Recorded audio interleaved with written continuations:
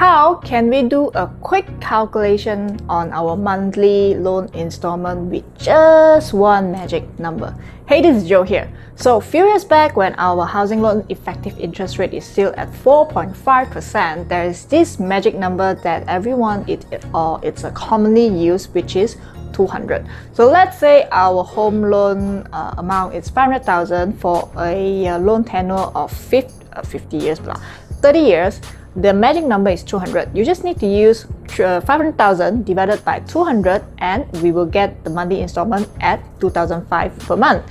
So now the effective interest rate has dropped from 4.5% to only 3%. That's a difference of 1.5%. And what is the new magic number? The loan can be any amount. It's not 500,000. I'm just using it as an example. But let's say for a loan tenure of 30 years, the magic number is now 240 instead of 200. So let's assume you are going to get a loan of 1 million. 1 million loan tenure of 30 years divided by 240, you will get a monthly installment of about 4,002. So this is just a quick calculation or agak-agak amount, an estimated amount. It's not the exact monthly installment. If you want to have the exact installment, you just have to go to your phone, open up the home loan calculator apps, and then fill in all the figures, the correct figures.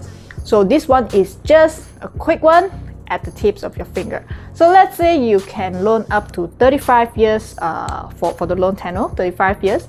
Your magic number will be 260 instead of 30 years, 240. If you can loan only up to 25 years, then your magic number will be 210. All you need is just to remember your own magic number. You don't have to remember all of them. So this one is the table for this magic number for 35 years, 30 years, 25 or 15 or 10 years. So this is how you do the quick calculation for your monthly home loan installment at just the tip of your finger. Yeah.